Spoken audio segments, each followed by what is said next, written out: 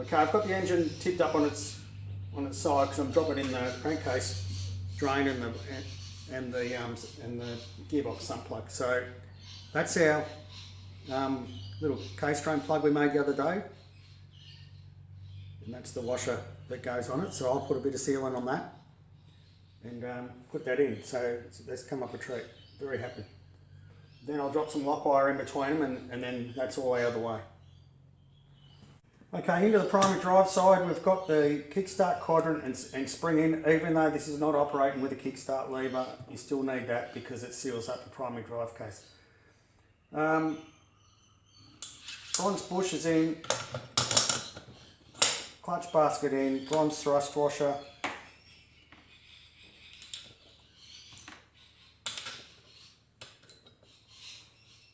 And knocking that in, you just keep spinning that because it's got to centralise that thrust washer, and sometimes it's a bit of a bastard.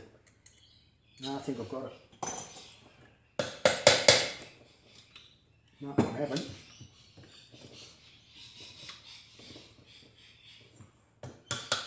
That's got it.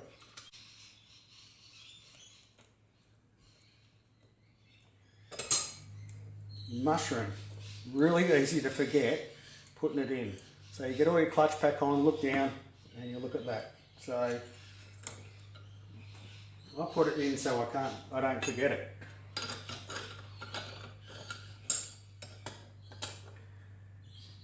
Okay, we need our socket,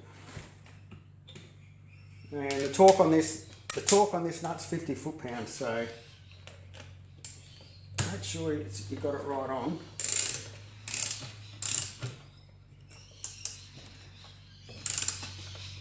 It's nice and square. This is where taking the time to make sure your nut's not burnt and everything, especially for this, pays dividends. That's it.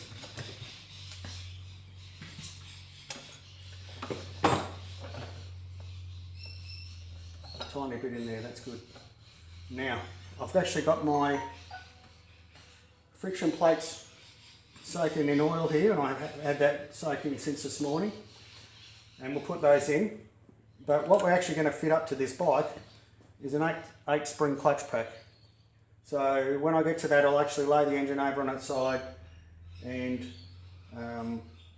fit that all up.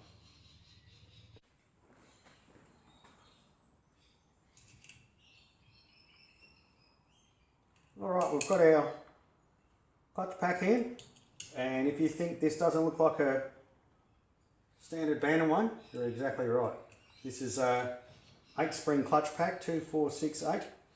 So because this is a race engine, stops the notorious clutch slip that even a standard Bantam gets. So you still utilise all your Bantam clutch plates, it's just that 2 extra springs in it, pulling it up.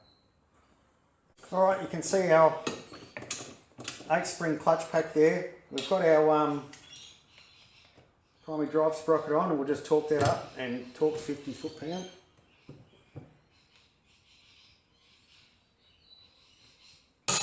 And that's it. Lock tab in, and those spanners are available on our website too.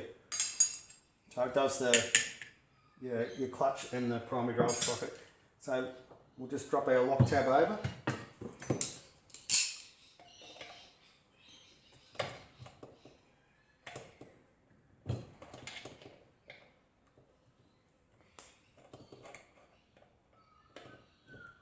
That's it, that's done. So time for the primary drive chain. Alright, we've got our primary drive chain on. Now I use this pair of spring-loaded circlip pliers just to hold it together, because it's a bit ticky-touch to get this.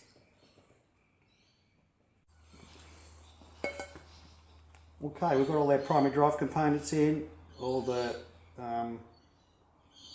primary drive chain and everything's on. We've just got our one side gooped up and the other side has the gasket on it now. So primary drive cover on, and then that's this side of it done. We'll just go back, fit a sprocket on the other side, put the clutch cover on. So we're getting there. We are definitely getting there.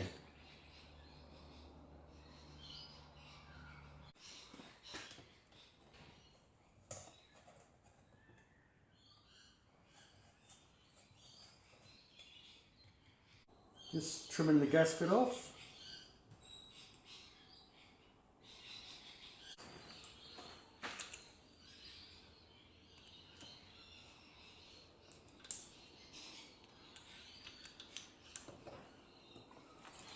And just remember, left hand thread.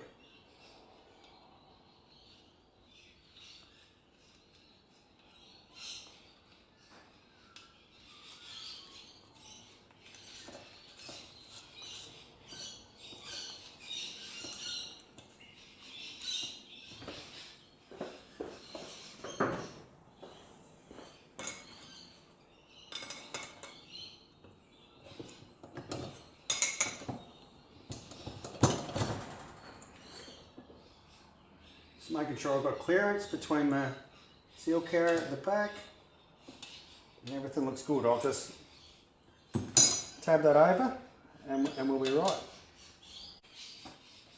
Okay, I've got that tabbed over. Remember to put your push rod in.